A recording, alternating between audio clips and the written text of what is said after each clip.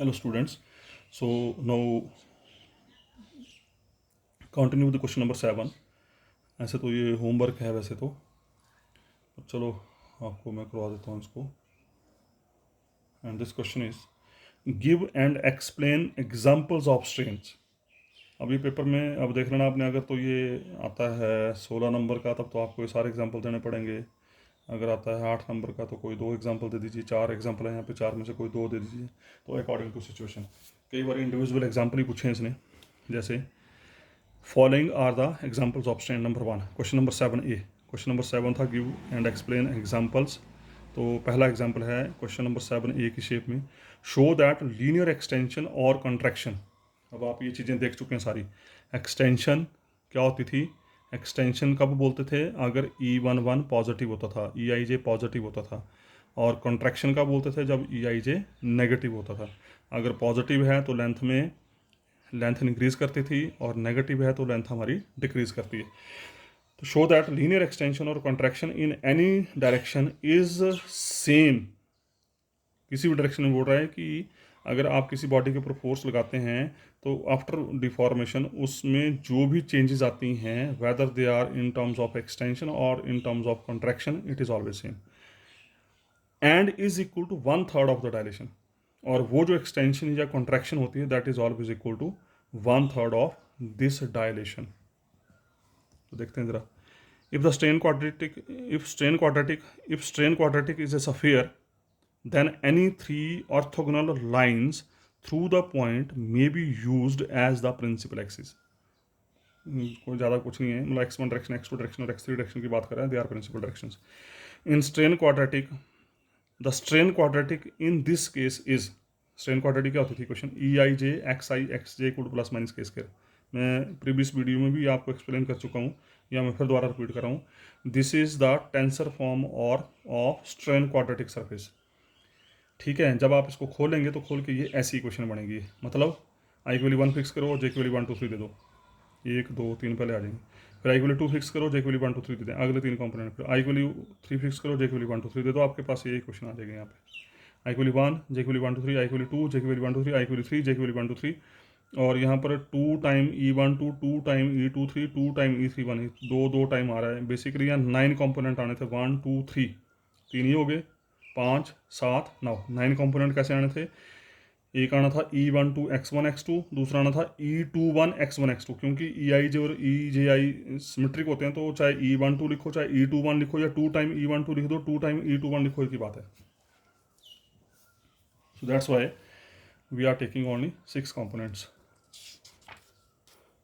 Along the principal axis. जब आप principal axis की बात कर रहे हैं, क्योंकि हम बात कर रहे हैं प्रिंसिपल एक्सिस, तो प्रिंसिपल एक्सिस में क्या होगा? शेयरिंग कंपोनेंट जीरो हो जाएंगे। और जो आपके प्रिंसिपल एक्सिस में स्ट्रेन कंपोनेंट्स हैं, मतलब जो एक्सटेंशंस हैं, say that is equal to E. जब तीनों सेम होंगी तो ले ली हमने ई। अब इसको उठाओ, इन 6 के 6 को उठाओ और प्रीवियस इक्वेशन पुट कर दो, तो क्या बन गई? ये बन गया हमारी equation. EX1 square plus EX2 square plus EX3 square equal plus minus के स्क्वायर बन जाएगा X1 square plus X2 square plus X3 square equal plus minus के स्क्वायर बटा ई। और अगर आप ध्यान दें तो this is nothing but this is the equation of sphere. This is the equation of sphere whose center point is 0 0 0 0 and radius is this k square बटा e का under root, which is the equation of sphere and the extension और contraction is uniform। तो आपको नजर आ रही है Y uniform, क्योंकि ये रेडियस ये बनेगा, तो रेडियस सफेयर जब बनेगा तो इधर को जाओ इधर को जाओ इधर को जाओ, सब जगह सेम ही रहेगा, तो it is uniform. Therefore dilation, dilation क्या होता है? डायलेशन होता है E11 plus E22 plus E33। इनको हमने ई नाम दिया है, तो ई प्लस ई 3E, तो ई आ गया 1/3 और ई क्या है? ई क्या है? एक्सटेंशन या contraction, and this is 1/3 of the knee. यही हमने प्रूव करना था। उसका दूसरा एग्जाम्पल, सिंपल एक्सटेंशन। अब सिंपल एक्सटेंशन क्या होती है और कैसे पूछा इस क्वेश्चन को, ध्यान से देखना जरा। फाइंड द, क्वेश्चन का मीनिंग आपको लास्ट में समझ आएगा। Find the strain quadratic, quadratic बोलो की बात है, in case of simple extension. बोलता अगर सिंपल एक्सटेंशन है तो उस केस में बताओ स्ट्रेन क्वाड्रेटिक सरफेस क्या बन जाएगा। Consider simple extension of magnitude E दे दिया हमने in the direction of X1 dash axis. हमने ली सिर्फ एक डायरेक्शन। सिंपल एक्सटेंशन का मतलब सिर्फ और सिर्फ एक डायरेक्शन में काम कर रहे हैं। Whose direction cosines relative to the system of axis x1 x2 x3 are L11 L12 L13, और ये मैं बातें आपको बेसिक्स में समझा चुका हूँ। x1 डैश की डायरेक्शन साइन होंगे x1 x2 x3 के with respect L11 L12 L13 में। जो डैश वाले हैं ये डायरेक्शन साइन होंगे रोज में, और जो विदाउट डैश वाले हैं डायरेक्शन साइन होंगे कॉलम्स में। तो हम बात करें सिर्फ एक डायरेक्शन की, तो x1 डैश में डायरेक्शन साइन होंगे L11 L12 L13 11 12 13, ये ले लिए। For the coordinate system x1 dash x2 dash x3 dash, ये जो था the strain quadratic surface has the equation. अब स्ट्रेन क्वाड्रेटिक सरफेस क्या होता है, ई आई जे डैश, ये क्वेश्चन नंबर 5, ये question number 8, you can see question number 5, ये क्वेश्चन नंबर 8। डैश के केस में स्ट्रेन इक्वेशन होती है ई आई जे डैश एक्स आई dash X J dash plus minus के इसके। तो यहाँ पर क्या बन जाएगा, ई आई जे ले लिया मैंने ई, क्योंकि आपने शुरू में मेंशन कर दिया ई एक्स आई डैश, ये एक्स आई डैश x1 डैश स्क्वायर ध्यान रखना है। तो यहाँ पर x1 dash by it is x1, I की वैल्यू 1 जे की value 1, because we are only in x1 direction, तो आई की वैल्यू 1 जे की वैल्यू 1। तो क्या बन जाएगा x1 डैश, तो ये बन जाएगा x1 डैश का स्क्वायर, x1 डैश का स्क्वायर इक्वल प्लस माइनस के स्क्वायर, डैश है ध्यान रखना, ई x1 डैश का स्क्वायर इक्वल प्लस माइनस के square, because is only along x1 dash axis, क्योंकि हम सिर्फ एक ही सिंपल एक्सटेंशन का मतलब है कि सिर्फ और सिर्फ आप किसी एक एक्सिस में काम कर रहे हैं। You can take x1 dash, you can take x2 dash, और you can take x3 dash. Therefore components along x2 dash axis and x3 dash axis are zero. जब आप बात ये करके कर रहे हैं तो x2 डैश और x3 डैश में कंपोनेंट जीरो होंगे। देयरफॉर यूजिंग ट्रांसफॉर्मेशन, अब ट्रांसफॉर्मेशन ली हमने, ये ट्रांसफॉर्मेशन भी आप कर चुके हैं पीछे। Equation number 11 question number 5, E alpha beta equal to L I alpha L J beta E I J dash. ठीक है जी, this is the equation by question number 5 equation number 11। अब क्योंकि आप सिर्फ और सिर्फ एक ही डायरेक्शन की बात कर रहे हैं तो इसमें आई और जे दोनों 1 फिक्स हो जाएंगे, because we are using x1 dash direction only, तो I and J both are equal to 1। अगर x2 डैश यूज कर रहे होते तो आई जे की वैल्यू 2 लेनी थी, अगर x3 डैश यूज कर रहे थे तो आई जे की वैल्यू 3 ले लेनी थी। तो आई और जे तो हो गए 1 फिक्स, आई और जे को 1 फिक्स कर दिया, और अल्फा और बीटा की वैल्यू ले लिया। अब अल्फा की वैल्यू और बीटा की वैल्यू, अल्फा बीटा की वैल्यू ले ली 1 1, पुट करो यहाँ पे, अल्फा बीटा 1 1 पुट करो, ये बन जाएगा। फिर अल्फा बीटा 2 2 पुट, मैं फिर पुट कर रहा हूँ, आई और जे फिक्स्ड, आई और जे की वैल्यू फिक्स कर दिया हमने 1, तो E11 बन गया L11 इंटू L11 का L11 इंटू L11 स्क्वायर। उसी तरीके से E22 E33 ये आ गया, फिर E12 यहाँ से E23 एंड E31। ठीक है जी, और ई डैश आई जे को नाम दे दिया हमने स्मॉल ई, इसको स्मॉल ई बोल दिया हुआ है, आई और जे 1 कर दिए हैं, अल्फा बीटा की वैल्यू आपकी वेरी करेगी यहाँ पे। बस मैं फिर रिपीट कर रहा हूँ, आई और जे फिक्स कर दिए 1, ई डैश आई जे को हमने नाम दे दिया ई, बिकॉज आई और जे इक्वल टू 1, इसको बोल दिया हमने ई। तो ई बोलने के बाद फिर अल्फा और बीटा की वैल्यू 1 1 2 2 3 3 1 2 2 3 3 1 2, और आपके पास ये रिलेशन आ जाएंगे। यहाँ पे आप कॉपी पकड़िए, पेंसिल पकड़िए, और जो मैंने बोला अभी उसके अनुसार ये रिलेशन निकालिए। Thus, a simple extension in a direction L11, L12, L13 may be specified in any x1, x2, x3 coordinate system by means of 6 strain components given by above relation. बने ना 6 E11, E23, E33, E12, E23, E31। इसका बोलने का मतलब ये हो गया कि अगर आप सिर्फ और सिर्फ एक ही डायरेक्शन में काम करते हैं, सिंपल एक्सटेंशन का मतलब एक ही डायरेक्शन में काम करते हैं, तब भी आपको ये 6 के 6 स्ट्रेन कंपोनेंट मिलेंगे। So this is your question number 7B.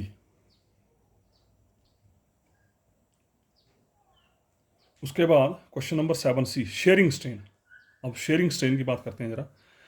Find the strain quadratic in case of sharing strain. अब जब बोल रहा है कि शेयरिंग स्ट्रेन की अगर बात करेंगे तो उस केस में क्वाड्रेटिक सरफेस क्या बन जाएगा, और show that equal extension and contraction of 2 orthogonal linear elements.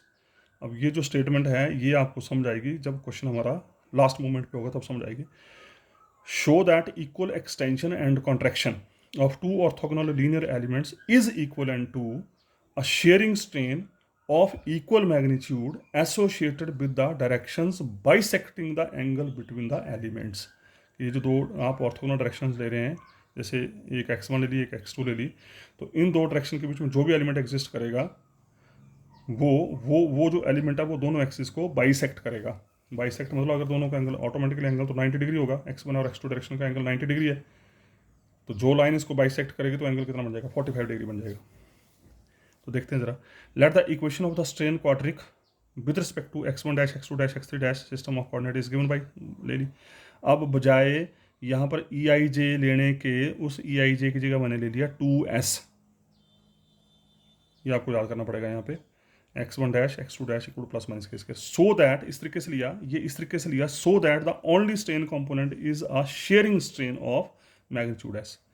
तो यहाँ पर जो स्ट्रेन कंपोनेंट है वो सिर्फ और सिर्फ शेयरिंग कंपोनेंट है, मतलब E12 E13 E31 E32, जिनका हर एक का मैग्नीट्यूड है S, मतलब E12 E21 E32 E31 सबका मैग्नीट्यूड S ले लिया, along the directions of x1 dash and x2 dash axis, सिर्फ और सिर्फ दो एक्सिस। इसका ना x3 डैश के लॉन्ग लेंगे तो 0 हो जाएगा, तो x3 डैश के लॉन्ग 0 हो जाएगा, तो इसका ना E13 E31 है ना, E32 E23 ये 0 हो जाएंगे। देखते हैं जरा, this is the equation of A hyperbolic cylinder. अब ये आपको याद ही करना पड़ेगा कि जब ये ऐसी स्थिति बनती है और जब आप सिर्फ और सिर्फ दो कोऑर्डिनेट में काम करेंगे, तो ये इक्वेशन जो है this it self represents equation of hyperbolic cylinder. ये हाइपरबोलिक सिलेंडर की इक्वेशन इसको बोलते हैं, this is the equation of hyperbolic cylinder. अगर आपने बीएससी क्लासेस में, बीएससी में कहीं पर ये आपने डिफरेंट सरफेसेस अगर आपने स्टडी किए होंगे तो वहाँ ये चीज़ें बताई जाती हैं, जैसे hyperboloid of 1 sheet, hyperboloid of 2 sheet, ellipsoid, paraboloid of 1 sheet, है ना, ये सरफेस होते हैं। इन सरफेस की इक्वेशंस क्या होती हैं वो आपको पता होनी चाहिए मेरे हिसाब से। तो उसमें से ये हाइपरबोलिक सिलेंडर की इक्वेशन होती है, ये asymptotic to the x1 dash x3 dash and x2 dash x3 dash planes. The equation of quadratic this assume the form ये s x1 square minus s x2 square equal to plus minus k square, क्योंकि this is a hyperbolic cylinder, तो ये कुछ ऐसी hyperbolic cylinder equation जब इसको solve करेंगे तो this is of the type this s x1 square plus minus s x2 square equal to plus minus k square। ये सॉल्व होकर आती है, पर यहाँ डायरेक्ट लिखिए, you have to rotate it. When the axis are rotated, फिर क्या किया हमने, ये बनता तब है, ये क्वेश्चन बनती तब है when axis are rotated through an angle of 45 degree about x2 dash axis. अब ये आपको याद करना पड़ेगा, क्योंकि इसकी एक्सप्लेनेशन बड़ी लंबी चौड़ी मैं नहीं दे पाऊंगा यहाँ पे। ये सॉल्व होकर आती है जब आप एक्सिस को 45 डिग्री के ऊपर रोटेट करेंगे, जैसे और इनिशियली एक्सिस कैसी थी, इनिशियल एक्सिस थी आपकी ये, ठीक है, जब इसको 45 पे रोटेट करेंगे तो ये वाली लाइन चली जाएगी यहाँ पे और ये वाली चली जाएगी यहाँ पे, तो उस रोटेशन के बाद फिर हम ट्रांसफॉर्मेशन अप्लाई करते हैं, ट्रांसफॉर्मेशन अप्लाई करने के बाद फिर ये इक्वेशन कन्वर्ट होती है इस फॉर्म में। तो since the general equation of strain quadratic with respect to principal axis of strain is, general equation तो ये होती है E11 x1 square plus E22 x2 square plus E33 x3 square with respect to principal axis इन principal axis में ये होती है, ये अभी देख चुके हैं आप पीछे। उसका कंपेयरिंग 1 and 2, इन दोनों को कंपेयर करो आपस में, इसको नंबर 2 कर दिया, ये है आपकी नंबर 1। दोनों को कंपेयर किया तो क्या होगा, x1 स्क्वायर का कोएफिशिएंट x1 स्क्वायर के बराबर, x2 स्क्वायर का कोएफिशिएंट x2 स्क्वायर के बराबर, x3 स्क्वायर का कोएफिशिएंट x3 स्क्वायर के बराबर, तो E11 बन गया s, E22 बन गया माइनस s, E33 बन गया 0। तो इसका मतलब क्या हो गया, E11 equal to E22 equal to E11 equal to minus E22 equal to, ऐसे देखो माइनस साइन फंस गया ना। अब ये जो क्वेश्चन लिखा था आपने उसका मीनिंग यहाँ पर देखो जरा, 10 इक्वल एक्सटेंशन एंड कॉन्ट्रैक्शन बराबर आ गई ना, E11 की वैल्यू भी है s, E22 की वैल्यू भी s, but this is with negative sign, तो E11 equal to S positive, तो ये बन जाएगी एक्सटेंशन, ये नेगेटिव के साथ आ रही तो ये बन जाएगी कॉन्ट्रैक्शन। लेकिन दोनों का मैग्नीट्यूड सेम है, जितनी लेंथ बढ़ी उतनी लेंथ घटी। Thus, equal extension and contraction of two orthogonal linear element is equivalent to a shearing strain of equal magnitude, which is associated with the direction bisecting the angles between the elements। यही किया था हमने क्या किया था, वो जो rotate किया था उसको 45 डिग्री के ऊपर रोटेट किया था। 45 डिग्री के ऊपर रोटेट करेंगे तो क्या होगा, देखो जरा clear cut, this line bisect the angle between these two, ठीक है। अगर ये 45 डिग्री के ऊपर बाइसेक्ट कर रही है तो उस केस में हमारे पास ये रिजल्ट बन रहा है, और यही हमने प्रूव करना था। So this is third example. उसका फोर्थ एग्जांपल है प्लेन स्ट्रेन। प्लेन स्ट्रेन में क्या है, suppose that the principal extension in the direction of x3 dash axis is 0, ये हमने मान लिया खुद, x3 डायरेक्शन में, x3 डैश डायरेक्शन में जो एक्सटेंशन है वो ले ली 0।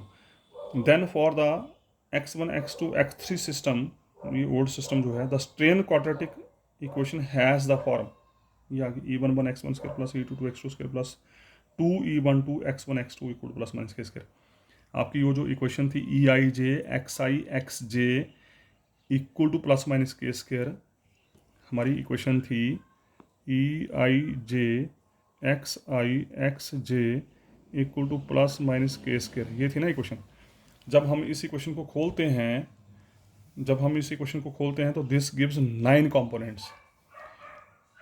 वो 9 कंपोनेंट जो हैं they converted to 6 component. 3 component होते हैं प्रिंसिपल डायरेक्शन के अलाउंग, और 3 कंपोनेंट बन जाते हैं आपके E12 E21 E31 E32 and E13 E31 बन जाते हैं, ठीक है ना।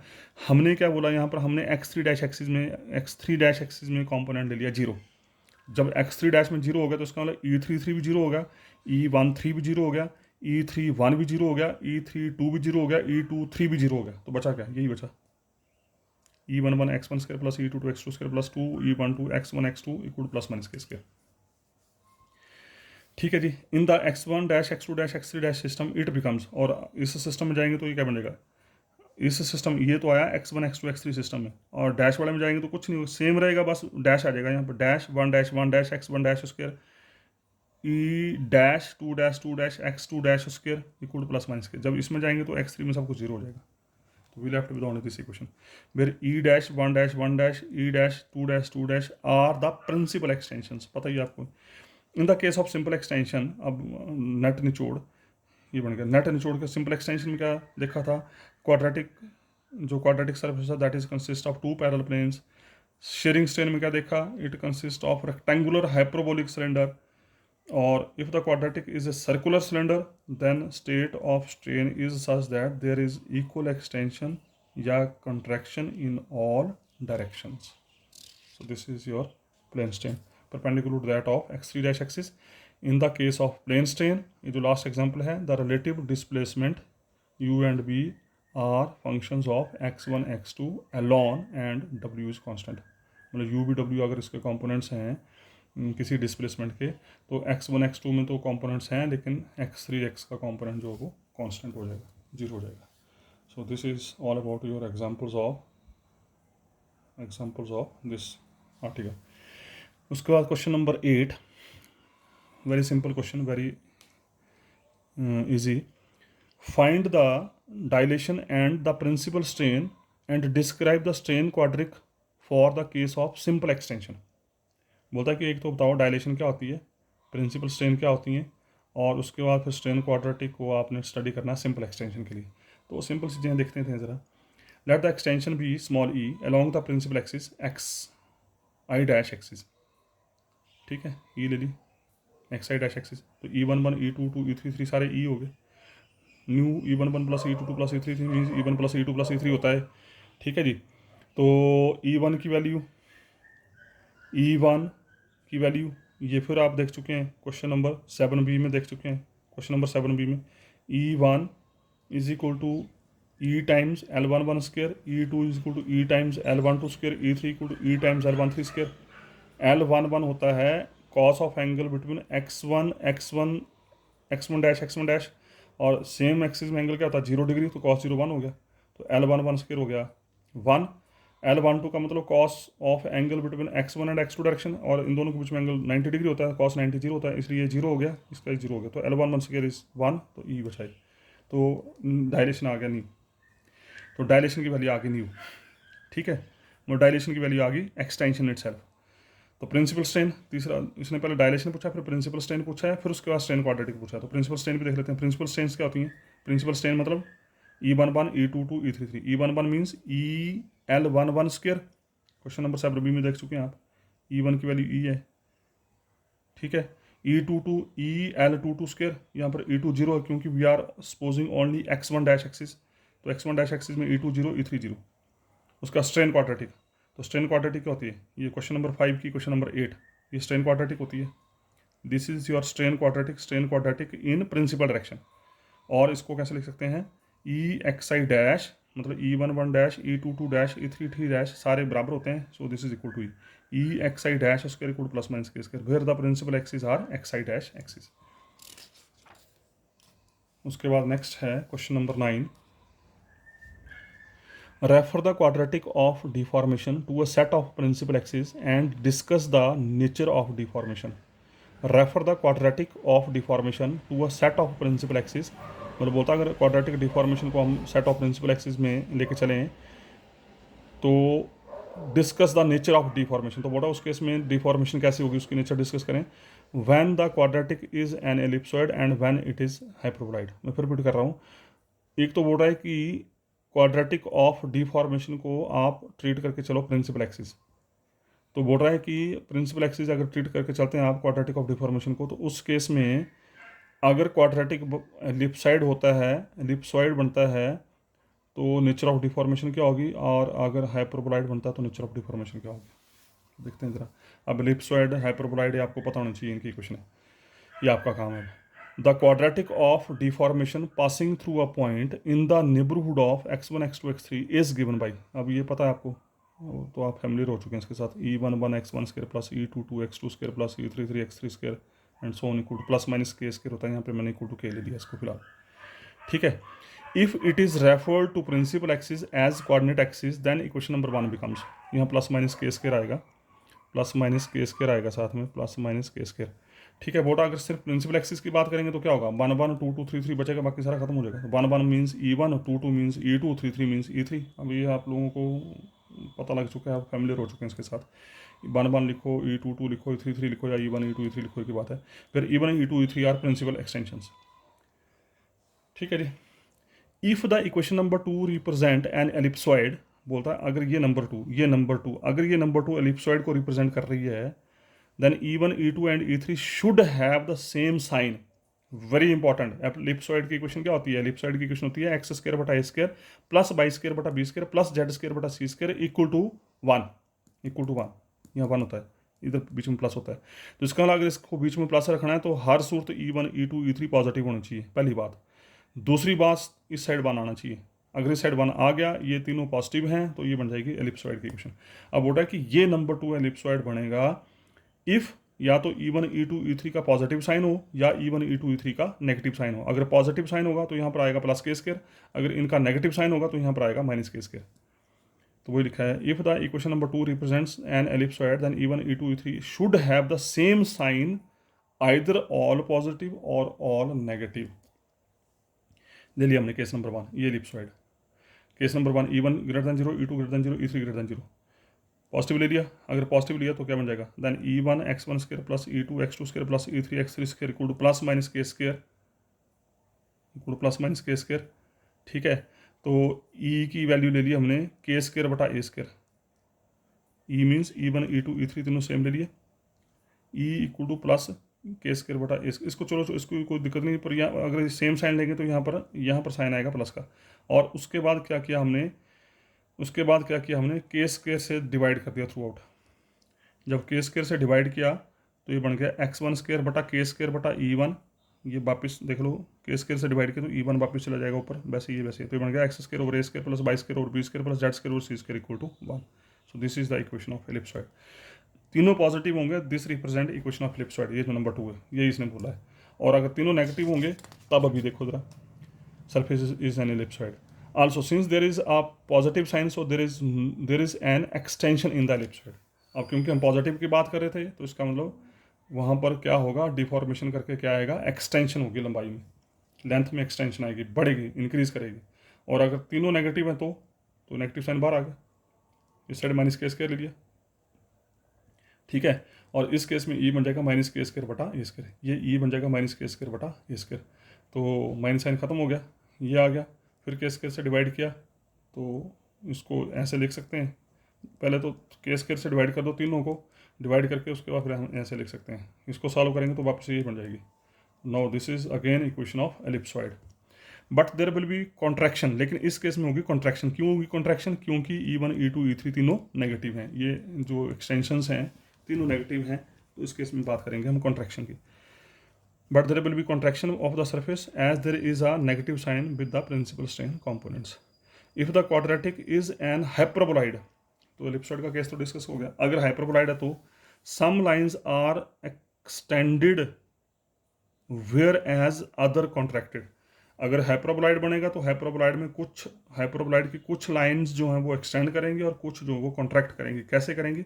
This can happen when E1 and E2 positive, E3 is negative, depending on the direction of the element issuing from the point. अब ये आपको देखना पड़ेगा, याद रखना पड़ेगा। मतलब हाइपरबोलाइड के केस में, एलिप्सॉइड के केस में क्या होगा, या तो फुली एक्सटेंशन हो रही है या फुली कॉन्ट्रैक्शन हो रही है। पर हाइपरबोलाइड के केस में कुछ पोर्शन में एक्सटेंशन होगी, कुछ पोर्शन में कॉन्ट्रैक्शन होगी। And this is because E1 positive, E2 positive and E3 negative. ये देखा गया एक्सपेरिमेंटली, जब इन दो को पॉजिटिव रखा, इसको नेगेटिव रखा, तो ये चीज़ आ रही है। अदरवाइज पॉसिबल ही नहीं, अदरवाइज कुछ भी नहीं बन रहा है।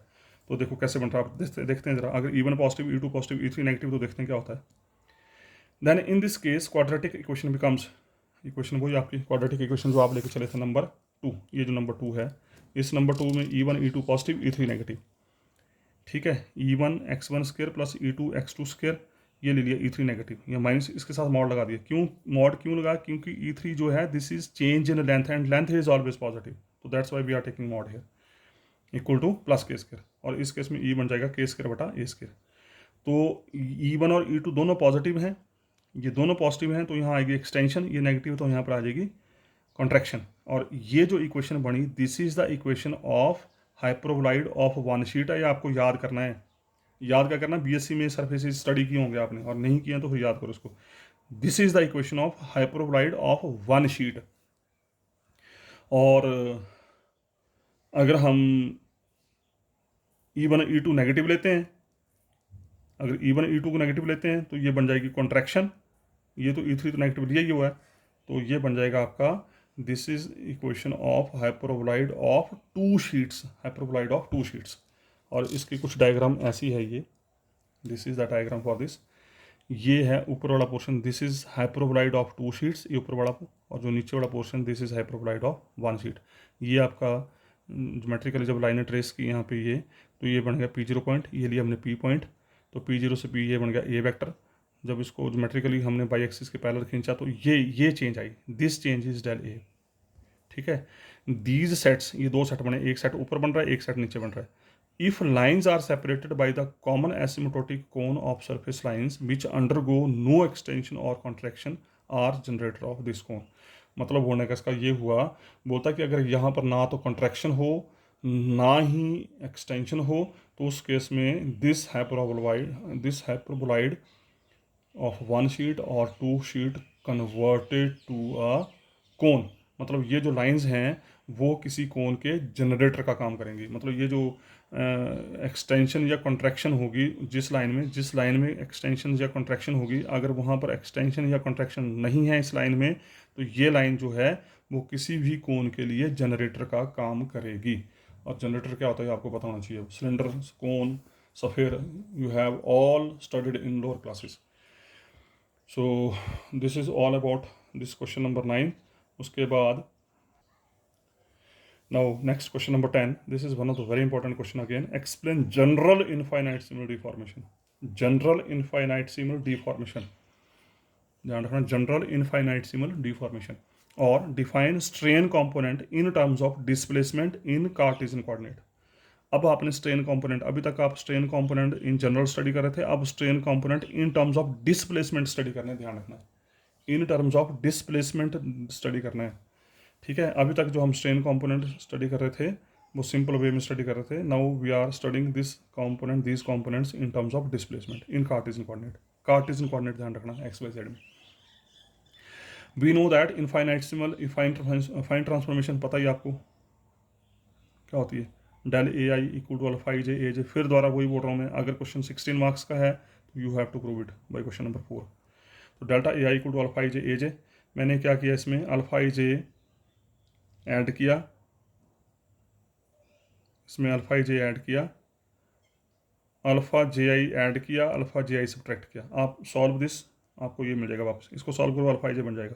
अल्फा जे आई ऐड किया, अल्फा जे आई सब्ट्रैक्ट किया, कैंसिल हो जाएगा, और 2 अल्फा ई जे को हाफ से मल्टीप्लाई करके वापस आ जाएगा। मतलब इसको सॉल्व करेंगे, ये बनेगा वापस इंटू ए जे। तो अलग अलग कर दिया, हाफ टाइम ये, हाफ टाइम ये बन गया आपका e I j, you have already checked, already proved, ये बन गया डब्ल्यू i j, mega i j, prove it by question number 3, del a i equal to e I j plus डब्ल्यू आई जे ए जे। ठीक है जी, ये आपकी diagram, अब मुझे इसको बताने की ज़रूरत नहीं है। थोड़ा सा आइडिया आपको मैं यहाँ पर अब ये दे रहा हूँ, अभी तक जितना भी हमने स्टडी किया वो स्टडी किया क्या, एक आपने बॉडी ली, उस बॉडी के ऊपर 2 पॉइंट लिए और उन पॉइंट के बीच के डिस्टेंस को हम देख रहे थे कि फोर्स लगा के उस डिस्टेंस में क्या फ़र्क पड़ रहा है। ठीक है जी, पड़ रहा है कि नहीं पड़ रहा है। यहाँ पर क्या है, अब यहाँ पर आपने एक बॉडी के ऊपर 2 पॉइंट लिए, अब हमने यहाँ पर ये स्टडी करना है कि जब आपने फोर्स लगाई तो फोर्स लगाने के बाद ये P0 बन गया P0 डैश, P बन गया P डैश, तो ये जो डिस्प्लेसमेंट हुई इन पॉइंट्स के बीच में, ये डिस्प्लेसमेंट क्या रिप्रेजेंट कर रही है। अब हम इसको इन टर्म्स ऑफ डिस्प्लेसमेंट स्टडी करेंगे।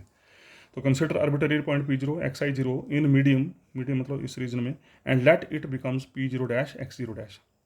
ये P0 लिया था, फोर्स लगाई तो ये बन गया P0 डैश। ठीक है, अब P0 से लेके P0 डैश तक ये जो डिस्प्लेसमेंट हुई वो क्या है। Now small displacement from P0 to P0 dash is given by, नाम दे दिया इसको मैंने, P0 से लेके P0 डैश तक जो डिस्प्लेसमेंट हुई, से दैट डिस्प्लेसमेंट है u i x i not.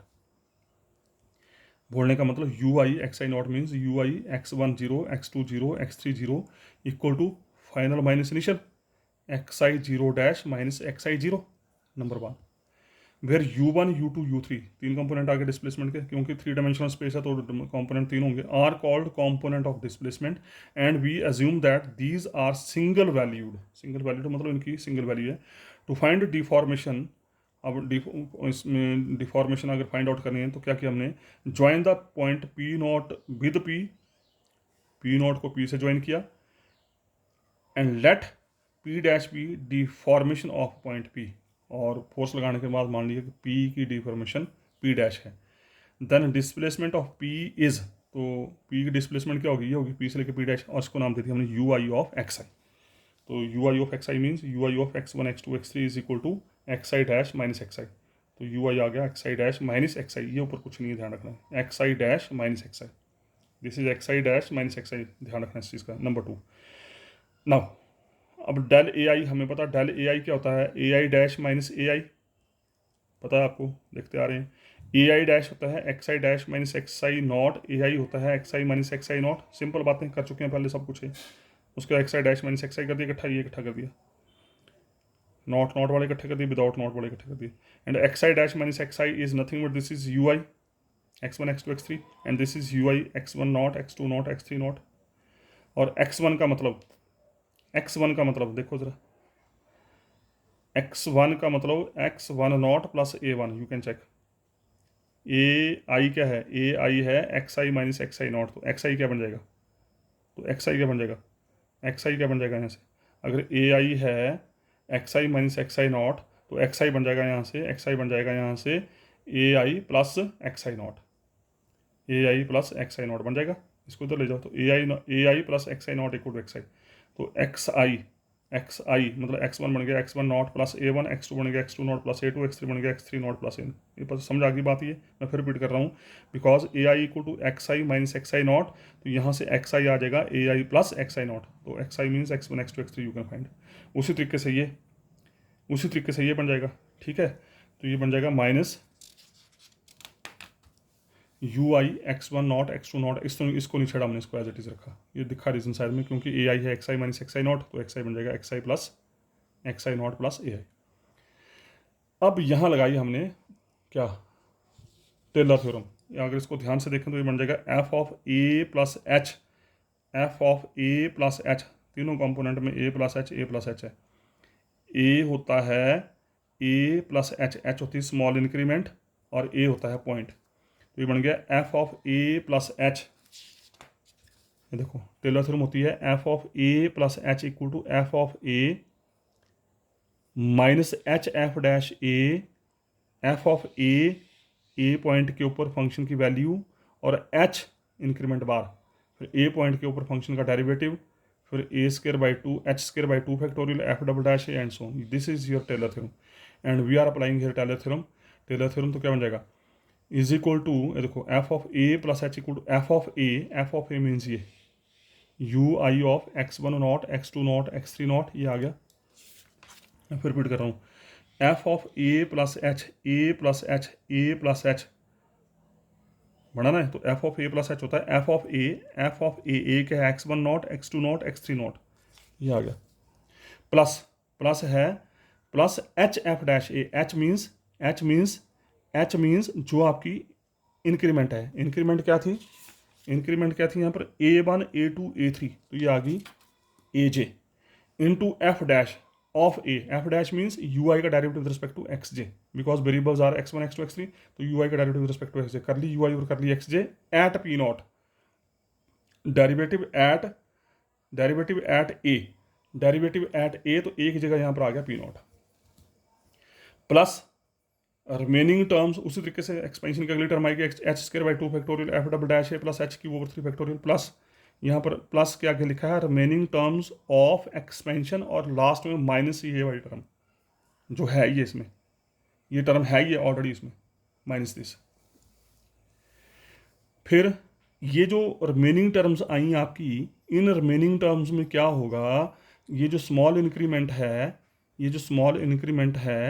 ये इतनी स्मॉल होगी कि दिस इज नेग्लिजिबल, क्योंकि इनका प्रोडक्ट और स्क्वायर हमेशा नेग्लिजिबल होगा। ये बातें हम बार बार करते आ रहे हैं। लीनियराइज्ड थ्योरी के अनुसार स्मॉल क्वांटिटी में जो इंक्रीमेंट होती है इट इज नेग्लिजिबल, तो ये खत्म हो जाएगी। तो बचेगा क्या, तो पहली टर्म इसके साथ कैंसिल हो जाएगी, because this term is same, this and this same, तो बचा क्या, कर ली यू आई और कर ली x j at p not a j, तो इसका मतलब डेल ए आई आ गया आपका, कर ली यू आई और कर ली x j at p not a j, और लेकिन डेल ए आई होता है alpha e j a j, तो इसका मतलब ये बराबर हो गया, इसका मतलब अल्फा ई जे किसके बराबर हो गया, कर ली यू आई ओवर कर ली x j at p not, और कर ली यू आई और कर ली एक्स जे लिखो या यू आई कॉमा जे लिखो, एक ही बात है। और आपको पता होना चाहिए ये अल्फा ई जे क्या होता था, ये अल्फा ई जे होता था एंगल, कहाँ पर, क्वेश्चन नंबर 4 में you have studied, you can check. This shows that, ये जो है this shows that the transformation जो आपने अप्लाई की in the neighbourhood of point P0 is a fine transformation, ठीक है। Further if we assume that the displacement u i as well as their partial derivative, small u i और उसका partial derivative are so small, if this is very small, then and as their product can be neglected, then equation number 3 is treated as general affine transformation या infinitesimal affine transformation। अब infinitesimal affine transformation आपको पता क्या होते थे, अगर उसमें constants are very very small so that their product and square can be neglected। तो यहाँ पर भी सेम सिचुएशन अगर हुई कि हमने यहाँ पर स्क्वायर और प्रोडक्ट जो थे नेग्लेक्ट किए थे, नेग्लेक्ट करने की वजह से ये इक्वेशन बनी। क्यों नेग्लेक्ट किए थे, because they are very very small, so very very small की वजह से this is treated as infinitesimal affine transformation. Also equation number 3 can split into pure deformation and rigid body motion. बोलता है कि इसको हम, ये आप ऑलरेडी प्रूव कर चुके हैं क्वेश्चन नंबर 4 या 5 में, कि ये जो होता है del a i it is splits into pure deformation as well as rigid body motion. और इस केस में भी इसमें डिस्प्लेसमेंट की टर्म में भी ये स्प्लिट होता था। देखो कैसे होता है, तो डेल ए आई को you i comma J a जे हम लेके चले, क्या किया, यू जे आई ऐड किया, यू जे आई घटा दिया, और यू आई कॉमा जे को हमने लिखा half u i comma j plus half u i comma j. तो ये पहला कंपोनेंट बन गया ई आई जे, दूसरा कंपोनेंट बन गया डब्ल्यू आई जे। और जो हमने बैक पीछे जो किया था, पिछले क्वेश्चन में स्टडी किया था, क्वेश्चन नंबर 3 में, आई थिंक क्वेश्चन नंबर 3 में स्टडी किया था इसको। क्वेश्चन नंबर 3 में आपने कहा था, ये क्वेश्चन नंबर 3 में यहाँ पर ये इन टर्म्स ऑफ डिस्प्लेसमेंट आ रहा है E I J W i जे, वहाँ पर जो आया था ये आया था इन टर्म्स ऑफ अल्फा आई जे। ये जो है वहाँ पर जो क्वेश्चन नंबर 3 में जो बाइफिकेशन हुई थी प्योर डिफॉर्मेशन और रिजिड बॉडी डिफॉर्मेशन की, that is in terms of alpha i j alpha j i. यहाँ था alpha i j plus alpha j i, यहाँ था alpha i j minus alpha j i. यहाँ पर आया डिस्प्लेसमेंट की टर्म में, तो ये डिस्प्लेसमेंट की टर्म में ई आई जे, ये ठीक है, डिस्प्लेसमेंट की टर्म में ओमेगा आई जे मैंशन कर दिया। And it is again this is symmetric, i और जे को जे और आई से रिप्लेस कर तो सेम ही रहेगा। यहाँ पर आई और जे को जे आई से रिप्लेस करेंगे तो माइनस साइन कॉमन आएगा बाहर। फिर e I j is known as strain tensor, you can see question number 3। ये ई आई जे होता स्ट्रेन टेंसर और ओमेगा आई जे होता था rotational component. The transformation defined by question number 4 is not homogeneous, और ये homogeneous नहीं है। क्यों नहीं है होमोजीनियस? क्योंकि यहाँ पर इनकी डिग्री थ्रू आउट एक जैसी नहीं है इन डिस्प्लेसमेंट कंपोनेंट्स की। As the strain tensor e I j and rotational component डब्ल्यू i j are the function of coordinate of medium. क्योंकि ये जो यू था, this u is function of, लिखा आपने शुरू में, you is function of x1 x2 x3, तीन वेरिएबल के ऊपर डिपेंड कर रहा है। कौन सा वेरिएबल की क्या पावर है, किस तरीके से, हमें कुछ पता नहीं है। So this is not homogeneous. Okay, if small u comma small v comma small डब्ल्यू और components of displacement u i, मैंने क्या किया, इस कैपिटल यू आई को बाइफरकेट कर दिया तीन कंपोनेंट में, u1 u2 u3 की जगह मैंने ले लिया u v w। Then component of strain tensor are given by e one one देखो जरा क्या होगा, हाफ u1 1 u1 1, u1 1 का मतलब ये जमा करके हाफ हाफ कैंसिल हो जाएगा, मतलब कर ली u1 और कर ली x1। अगर u1 को मैं ट्रीट करूँ स्मॉल u, x1 को ट्रीट करूँ स्मॉल x, तो ये बन जाएगा कर ली u ओवर कर ली x। 1 को कर दिया x, ये बन गया कर ली ux। और बेसिक्स में आप देख चुके हैं ये ई एक्स एक्स होता था, similarly E by by, similarly E Z Z. For sharing components, sharing component में ई वन टू क्या बन गया, पुट करो वहाँ पे, हाफ u1 2 u2 1 1 2 मतलब u1 का direct with respect to x2, u2 का direct with respect to x1। u1 को हमने u बोला, u2 को हमने v बोला, 1 की जगह आ गया x, 2 की जगह आ गया y, x1 हो गया x, x2 हो गया y। तो this is your e x y equal e y x, similarly e y z e z x. तो ये सेम कंपोनेंट आपने बेसिक्स में देखे थे किसके, स्ट्रेन कंपोनेंट्स।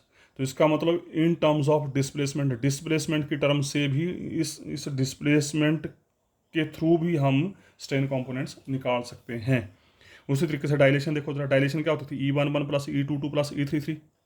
तो E11 means E x x, E by by E Z Z, E x x है कर ली यू और कर ली एक्स, कर ली वी और कर ली वाई, कर ली डब्ल्यू और कर ली जेड। इसको करना है याद, ये अगर न्यूमेरिकल में यूज़ होगा मेरे को लग रहा है। तो dilation in terms of Cartesian coordinate, dilation is given by कर ली यू और कर ली एक्स प्लस कर ली वी और कर ली वाई प्लस कर ली डब्ल्यू और कर ली जेड। मतलब अगर आपको पार्टिकल की डिस्प्लेसमेंट पता है कंपोनेंट फॉर्म में, तो we can find the dilation of that component with the help of this formula. उसी तरीके से कंपोनेंट ऑफ रोटेशन डब्ल्यू आई जे मतलब ओमेगा आई जे क्या होता है, half u i comma j minus u j comma i. तो यहाँ से W11 W22 W33 निकाल के देखो, W11 सेम आएगा दोनों, W22 सेम आएगा, ओमेगा 11 सेम आएंगे, ओमेगा 22 सेम आएंगे, ओमेगा 33 दोनों कंपोनेंट सेम आएंगे, तो दे बिकम 0। और different omega 12 U12 minus U21 मतलब कर ली U1 और कर ली x2, कर ली U2 और कर ली x1, U1 है U, U2 है V, ये बन गया y, ये बन गया x। तो ये आ गया, इसका मतलब omega x y is equal to half कर ली यू और कर ली वाई माइनस कर ली वी और कर ली एक्स, जो कि माइनस टाइम इसमें माइनस साइन कॉमन लेंगे तो बन जाएगा omega y x. Similarly omega y z, omega z x. तो आई थिंक मुझे ऐसा लगता है कि अगर न्यूमेरिकल्स में ये फार्मूले यूज़ हो सकते हैं कि question can ask find the dilation for which displacement is this, या find the components of this rotational vector if displacement components are given by these. So this is all about for this question number 10, general find deformations. So with the help of displacement in terms of displacement, how we can generate the formulas. So इसी के साथ मैं इसको stop कर रहा हूँ। Thank you very much.